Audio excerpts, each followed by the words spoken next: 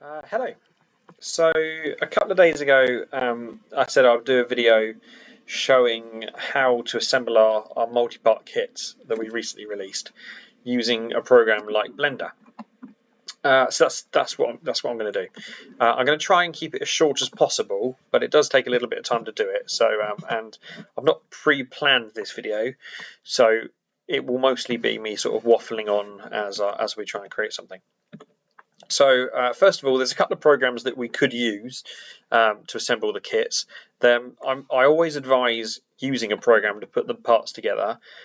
You can, of course, print the parts and then glue them together like a traditional kit, but you will spend some time filling gaps or filing parts to get them to fit properly, particularly around the arms or where the head meets the neck and things like that. And I'm sure I'll talk about that a little bit as we go. So you could use Mesh Mixer is a free program that you could use. I find that it's not very powerful, but it is quite intuitive. It's actually what I started on when I first started doing this sort of work for infantry at least. And I was able to pick it up and figure out how to use it completely on my own with no help really. So it is useful, but it does struggle with certain things, and it's not quite as powerful as something like this. So this is Blender. It's free, so you can go and download it. It's an incredibly powerful tool, which is incredible considering it's free. And it can do all sorts of things. It can do what we're going to use it for, which is sort of organics. But you could do straight edge CAD design, you can do character animation, you can do all sorts of things on this program. So it's definitely worth having a copy of. Its biggest downside is that it really is not very intuitive. Really unintuitive, in fact. It's something that turns a lot of people off Blender before they even got started, is the fact that it's not easy to navigate always. So first of all, how to navigate around the place. So here's my default cube that it imports for me. Now I strongly advise using a mouse with a mouse wheel. It makes things so much easier. You can do it without, but it's a lot easier if you've got a mouse, particularly with a wheel. So first of all, in order to rotate to orbit around my object, I press the middle mouse button, and then I can just, while holding it, I can just spin around, and I can orbit around my model. I can use the mouse wheel, scrolling backwards, zooms out, scrolling inwards, zooms in, and I can hold shift whilst pushing my middle mouse button, and that lets me pan side to side. So with all of those, you can very quickly get the hang of moving around the space. Now you can do that without a mouse button, so you can click and drag here, up here, and that lets you orbit around the model. You can use this one, hold it and scroll, push down or up, and that lets you go in and out. And this button here, if you hold it and go left and right, lets you pan left and right. So you can do it without, but it's just not as quick. So we're going to first of all delete the default cube here. So here we go. We're going to click on the cube. We're going to press X and then delete and get rid of it because we don't need that. Next, we're going to go File, Import, STL, and then we're going to go find our kits. I happen to have mine in my recent, so I'm going to use that. I'm going to do a commando for this. It works exactly the same if you're using any of the other multi-part kits, but I just fancy using the commando kit. So here we go. We want the unsupported files for this. And here are all of our bits that we've got to play around and make our models with. So we're going to start by using one of the poses, which is the legs and the body. So I've got a crouching pose, a standing pose, a walking pose, and a sprinting pose.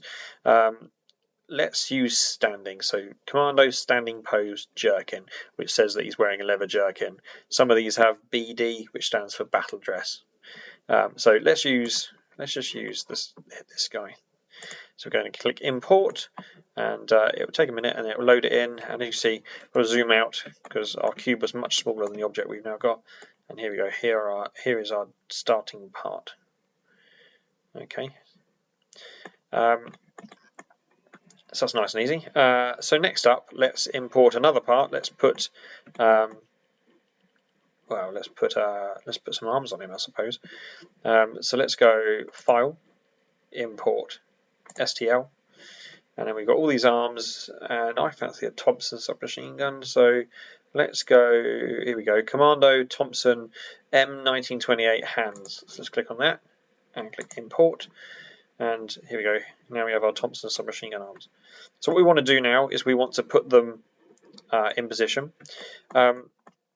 So if I click Move, we can move this part around. But it's moving it from this dot here. This is our origin point. And actually, we don't really want that. That's not very useful. We'd much rather move it from the very top of one of the shoulders. So that's what I'm going to do to begin with. So the way we do that, we click cursor here, and then we click the point we want to be rotating it from. And what we've done is we've moved what Blender calls the 3D cursor. And now we're going to tell it to move everything from that point. So we're going to click Object, Set Origin, and then Origin to 3D cursor. So now, and you'll see there's orange dots a bit, now this part will move from that point. And that's quite useful, and it's how I like to do arms. I always think that the top of a shoulder is actually the easiest way to do an arm. So first of all, I'm going to click Rotate over here, click on that, and I can now rotate my arms to get them somewhere vaguely sensible, and then click Move, and I'm going to move it around to put it vaguely in place. And now I'm going to go to this angle, and I'm going to move it. And I'm going to keep playing around with it until I get it more or less where I want. So if I go to the top view, we can see it's not in line. I need to do some more rotating. So let's click Rotate button over it. And I'm going to drag it around from that axis. Go back to Move. And we're going to just keep tweaking it until we get it where we want to. Now this is the bit where you have to play around with it for a little while to get it looking correct. I'm getting there. Now there will be gaps. Don't worry about the gaps. We'll sort the gaps in a minute. See this bit's too high because in there I've got the bit of the shoulder detail. How are we doing on this side? That's not too bad. So let's rotate it again. Click on it, and we're going to rotate like the green this time to lower it down on this side. That's better. That's looking a little bit less silly. And actually, he's a little bit he's sort of brandishing his gun in the air, which just looks a bit weird. So let's rotate this massively. Let's bring it down to something sensible. That's a bit better. Yeah, that's a little happier. Again, let's move now. I've done that. Let's move it back. It's nicely in line there. How are we dealing here? Not too bad. Right, let's put that back where it was, and then we'll rotate it to get this. It just takes a little bit of playing around with to get where you want it. There we go. That I'm relatively happy with. Okay, we've got gaps, of course, which we're going to sort in just a second, but that's not bad, not bad at all. So let's get rid of those gaps. So in order to do this, and this is why I like Blender, because it enables you to get rid of things like this very easily. So we're going to click on our part here, our arm, okay, and we are going to click up here where it says Object Mode, and we're going to go on Sculpt Mode. Okay. Now this is a very fancy tool. It enables you to do all kinds of things, even sculpting these parts from scratch, if you're very clever. But it's got all these tools over here. So we've got draw and all kinds of things. Now I'm looking for the grab tool. Here it is, grab. I'm going to click on that. And this enables me to literally pull bits of the mesh around. Okay, so I'm just going to undo that. Now what I want to do is I want to pull. In fact, I'm going to make the radius a bit bigger. Making the radius bigger makes this circle bigger, basically. I'm going to pull bits of it in and close that gap. Simple as that. So we're going to go in here, I'm going to close that gap. Now we want it to go inside the body. Okay, we actually want to fully close that gap. We don't want any gap at all, otherwise the printer's going to have a horrible time of it. So we want to actually fully close it and let it go inside a little bit.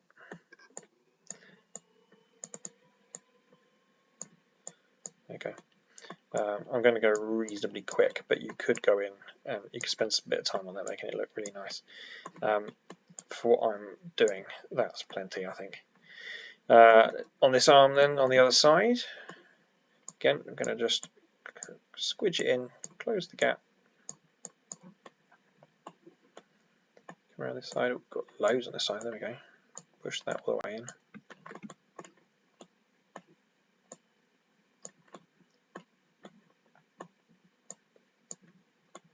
There we go. So again, I'm just rotating, looking at it from lots of different angles, just holding that middle mouse button down and just dragging around. There we go. So I'm pretty happy with that.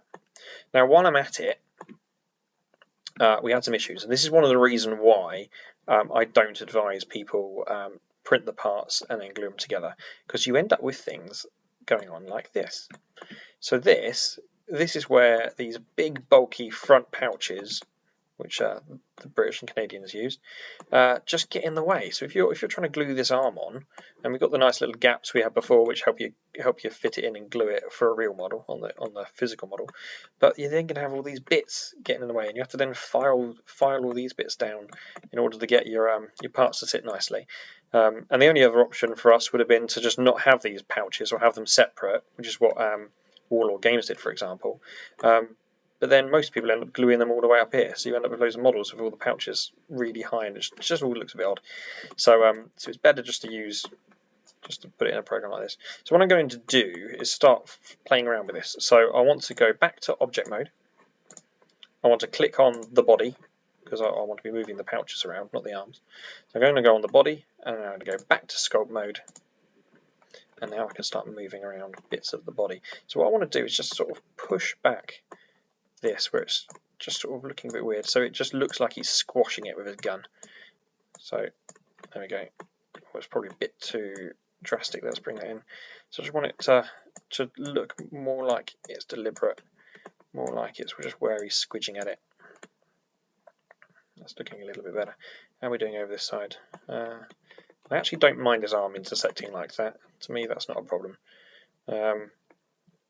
I could, if I wanted to still see the stock of the gun here, I could push this right the way back and start just moving it. I normally find less is more, just do it a little bit at a time, don't try and push it all the way, just keep clicking and doing little bits and pieces.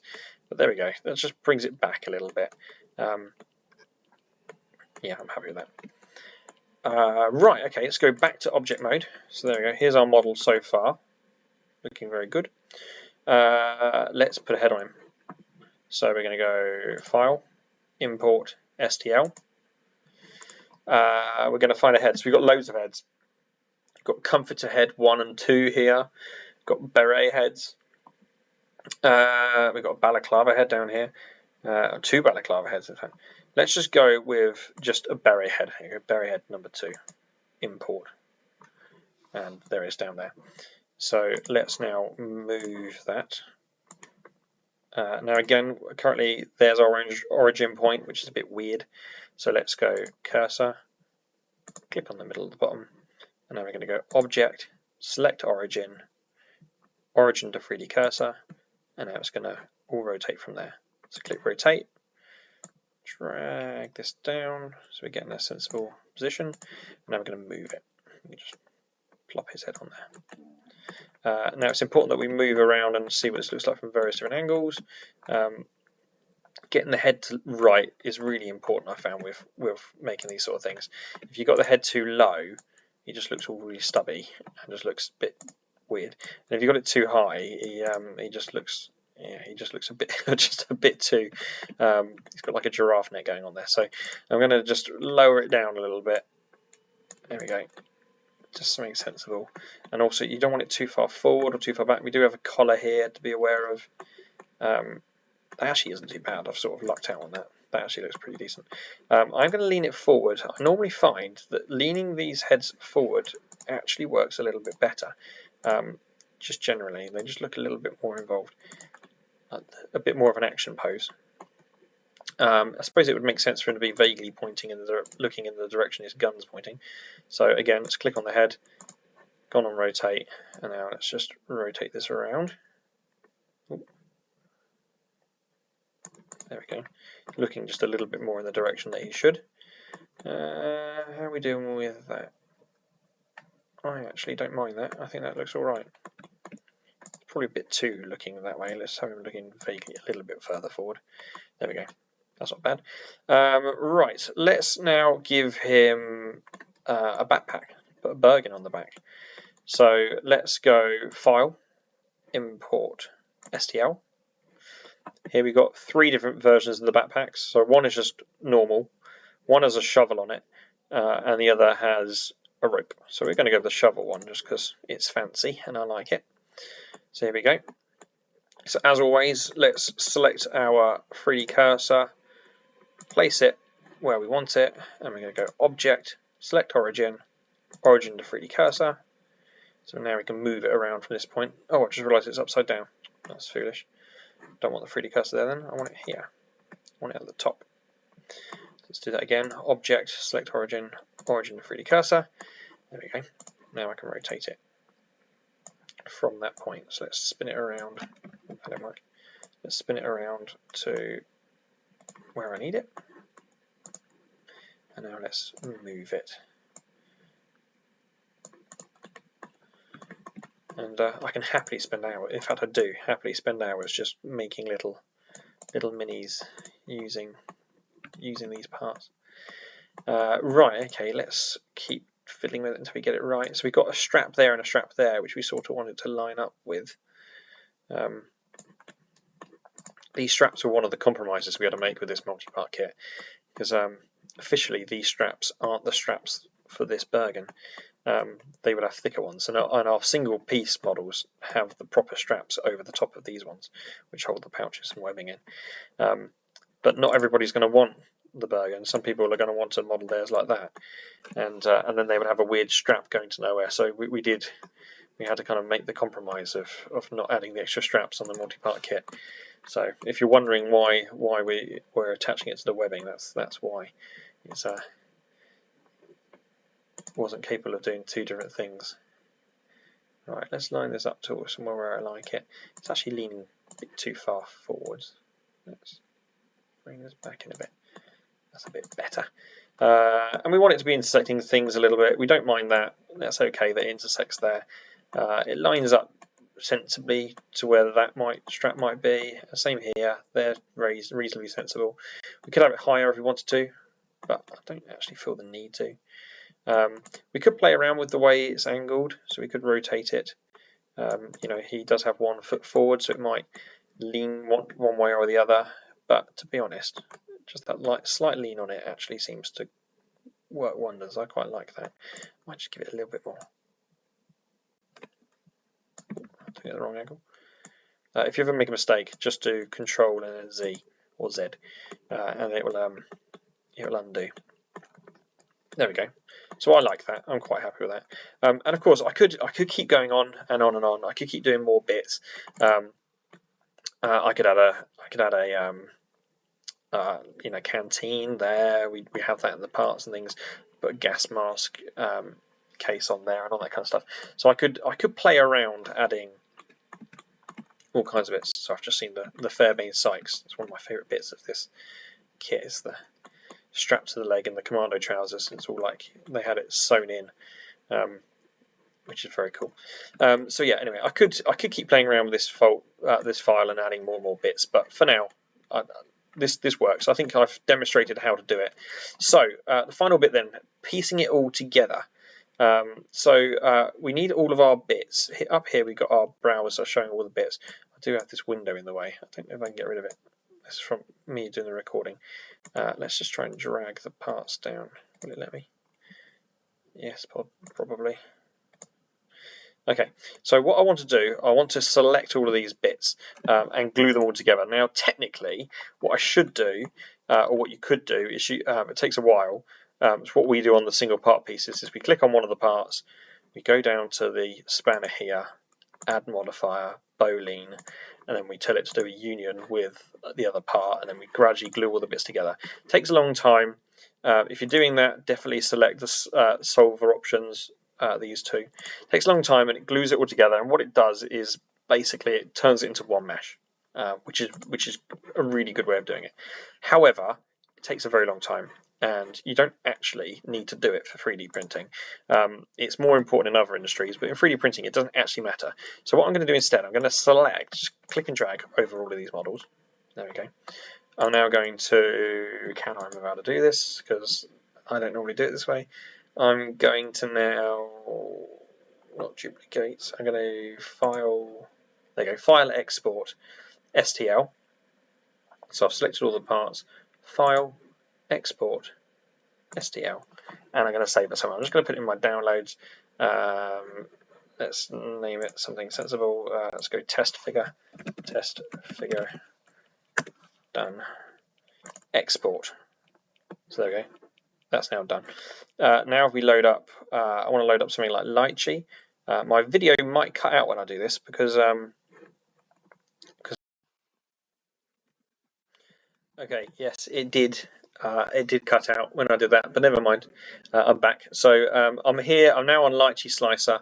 I actually, this is my preferred slicer. You can, of course, use whichever one you like, but I personally like this one the best. So I'm going to go add files. Here's my downloads, find my test figure that I just made, and click open. Let it load, and there's my file ready to support. Now you'll notice it's red, which means it's got errors, okay, because we didn't do the Boolean functions and things like that. But if you click on it, click Prepare 3D Model, it'll take a little few seconds, and then there you go, it's fixed. Structural is fixed, hole's fixed, it's blue.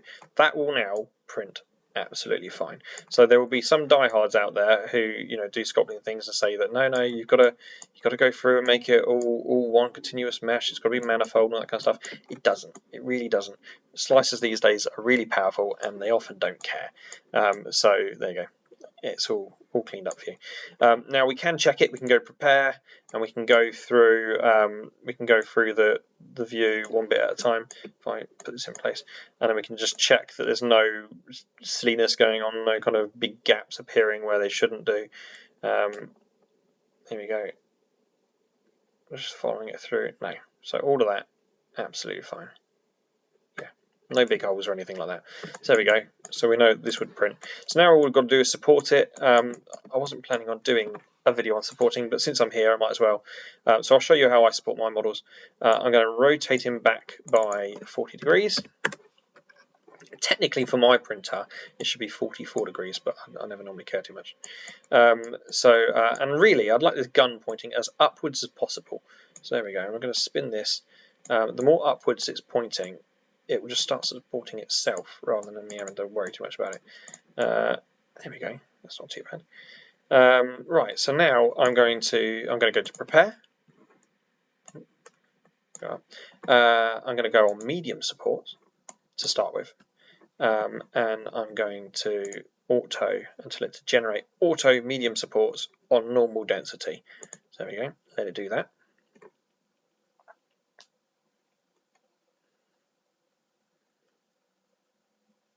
Now I'm going to change the visibility to tips. So I just want to see the tips. And now what I do is I go in and I change any bit that is touching detail to a light support.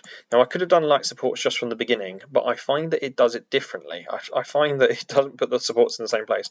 I find I have much better results when I do auto supports on medium and then just go in and change the bits that are touching detail, like this is touching the gun. So I'll make that light here. This can be made to a light mini support. You notice very little supports are actually on the gun, which was why we lent it the way we did. So I'm going to go around, so this is touching the gun, so that can be light. All kinds of things on detail here. So click on all of those. I'm just holding shift to be able to select multiple ones at a time. Those are lights. Just do that. That's on detail, so is that. So anything that's on a detail is going to be made light. Right, how are we doing now? That's sort of on a detail-ish. Make that a light. These are on the back. We don't really want them looking weird. So How are we doing here? That's on there. It's on the entrenching tool. Over here, what have we got? This is on the buckles on the shoe. The other thing we can do is if we've got multiple supports all in one place, like here, we don't need all those supports. So if we've got loads in one place, I normally just turn a couple of them into lights because they're going to be supported by the other bits. If there's one on its own, then I tend to leave it alone. But if there's lots, like we don't need all of those to be medium supports. Let's lighten those. Actually, that could be light as well. Right, that's looking all right to me. Oh, I've got quite a few mediums on there. We don't need all those. That can be lightened off. So you can see a lot of these are going to turn into light supports rather than mediums. But I still have a few in there dotted around, which just give it some support. And I find when I do this, I find that I very, very rarely have a fail. The last thing I'm going to do is put the visibility back, go to raft, and I personally like the shape wall raft. This one, it just finds it easier to get it off. And I'm just going to rotate round. Now I can see all the supports to make sure there's nothing silly where a support's going through a piece of detail, which sometimes happens. Just going to go around and have a little look. Can't see anywhere that's going silly. No, that looks fine. And that should be relatively easy to take off the supports. I would use some clippers just to cut past, cut through these bits. I wouldn't just rip it off the support. I'd take care and use the clippers just to release it from some of these, or at the point of a knife or something. And yeah, that would come off fine. So there we go. That is how I use, because that will now print. That's how I use the multi-part kit. So I use Blender and Lychee to put them together. Cool.